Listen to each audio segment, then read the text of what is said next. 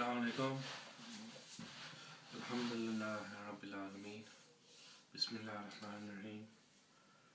Rabbi fir warham wa anta khairur rahimin. A'udhu billahi minash shaitanir rajim. Having returned from my travels from Pakistan, and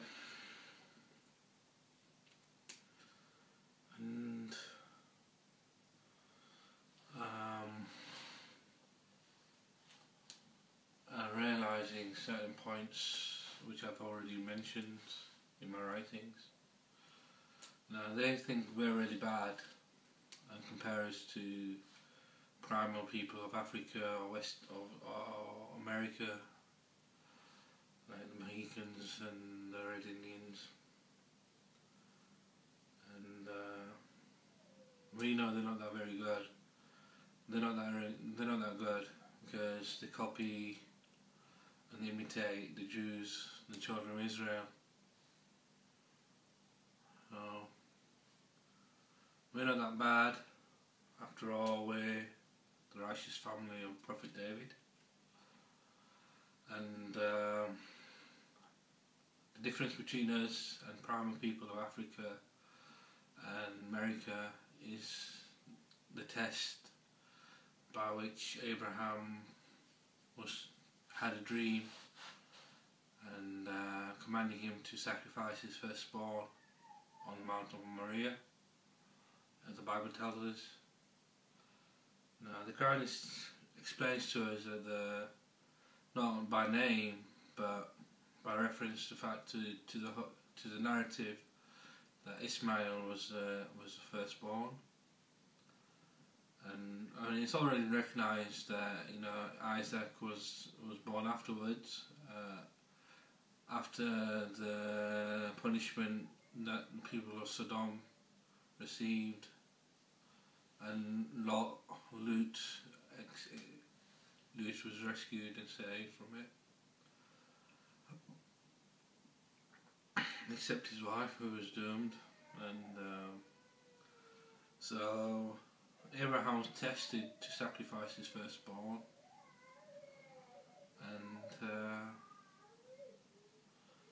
and this test is about whether one despairs of the Lord's mercy, or whether one does not despair of the Lord's mercy, or whether one is seduced by lies, or whether one does not despair of the Lord's mercy. And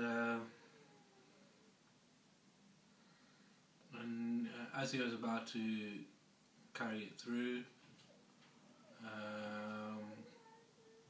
God substituted his firstborn for a ram, and which became symbolised as a sacrifice to be done in pilgrimage to the house of God, built by Abraham and Ismail. So God saves you from the depths of darkness, guides you to light, and where other people are seduced by lies.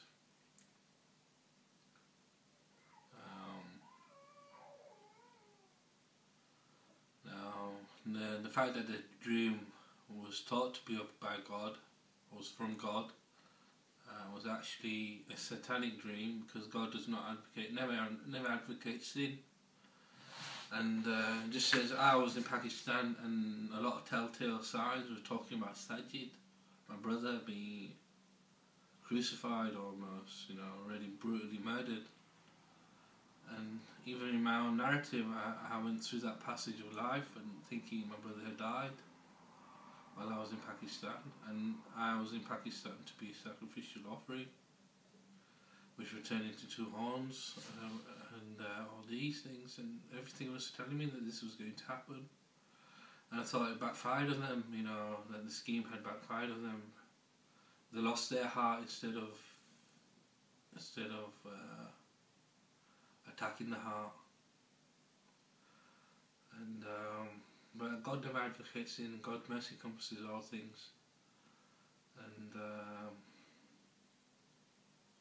so we carry on, and God is doing whatever He wills. And we think And I thought, well, some of these writings seem a bit hypocritical. All of a sudden I started receiving a lot of hypocritical thoughts because it backfired on me. And I told myself, forgive me Lord for saying that the writings were hypocritical. And all of a sudden the devil, like a black dot, removed itself from me. And it's to know what you've done wrong, and instead of carrying on and making excuses for yourself, it's to and you should read the Quran, because it's a source of religious guidance. The only source of religious guidance is revelation of God. You should devote to it and read it in Arabic because it's the word of God. And whereas to study it, you should study it in your own language, in the best translation you can find, which is Dr. Rashid Khalifa's. He was the first native Arabic speaker to translate the Quran Sharif into Quran into English, and it was the 19th translation into English. Now you might think this T-shirt is got two horns or something.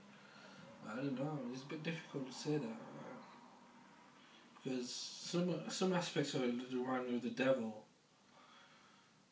but some aspects I can relate to, like these ears are very much like my grandmother's brother's ears, and my brother's ears, Sajid's ears.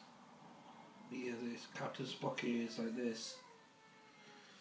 So, but then I think no, this is very devilish, as in satanic, to horns and all these things.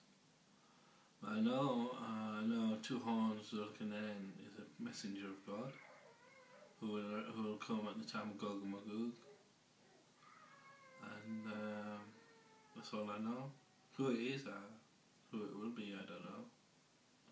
I've written many things and proofs of God's omniscience, omnipotence and omnipresence, about mind, body and soul, about the philosophical question, could God create a rock he could not carry, hold or carry, could not lift, carry or hold? Well, they always just say carry, could God create a rock he could not carry? And so they always talk about omnipotence. It's usually the pagans who worship Jesus who say that, who are Christians, because omnipotence was shown to the miracles of Jesus. And